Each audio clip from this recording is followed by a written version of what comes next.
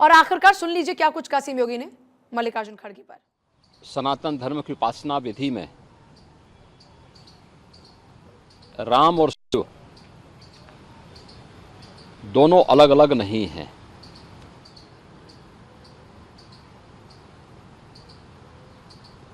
मर्यादा पुरुषोत्तम प्रभु श्री राम ने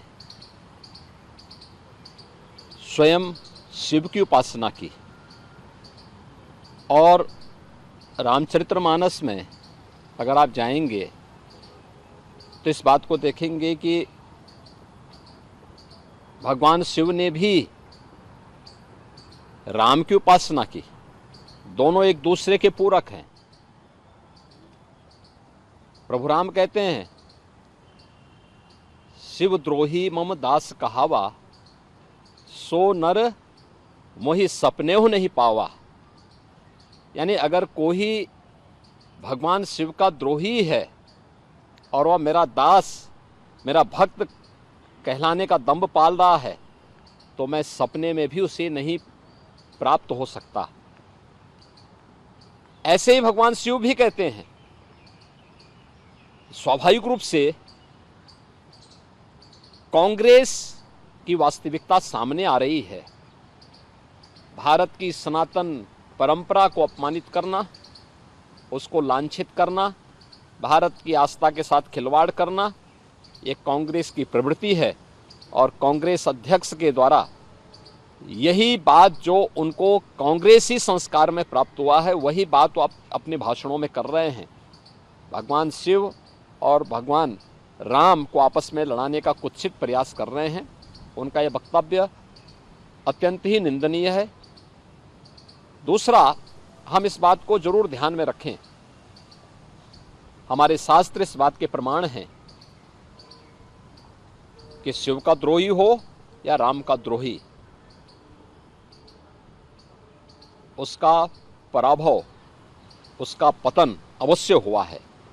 एक कांग्रेस की पतन की एक नई शुरुआत है और कांग्रेस इस प्रकार के स्तरहीन वक्तव्यों को देकर के हिंदू आस्था के साथ तो खिलवाड़ कर ही रही है, लेकिन अपने कृत्यों से कांग्रेस को इतिहास की वस्तु बनाने की ओर भी कांग्रेस का नेतृत्व उसे धकेल रहा है।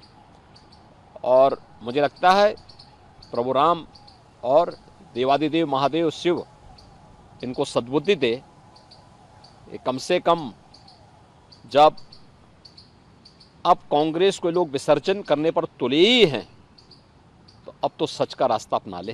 क्या लगता है, बिल्कुल चुनाव के बीच में कांग्रेस अध्यक्ष अगर इस तरीके का बयान दे रहे हैं तो क्या उसके पीछे मोटिव लगता है? देखिए, अपनी हार की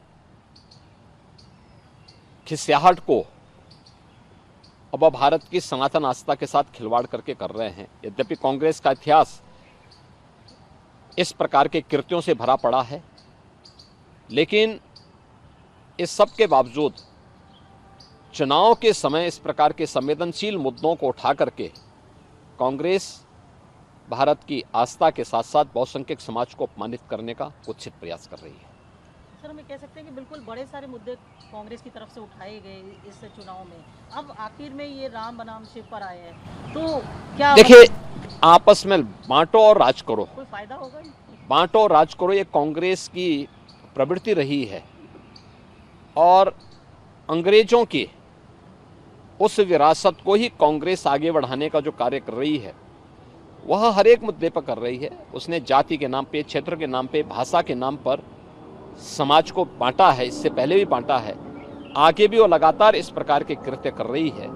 उसके इलेक्शन मैनिफेस्टो में भी समाज को जाति आधार पर बांट करके और फिर देश के अंदर SC, ST, OBC के अधिकार को वह कैसे अल्पसंख्यकों को बांटने की कुत्सित चेष्टा का हिस्सा बन रही है।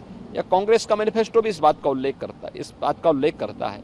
इसलिए कांग्रेस अपनी हार की खिसियाहट को किसी न किसी रूप में अब हिंदू आस्था के साथ खिलवाड़ करके व्यक्त करना चाहती है।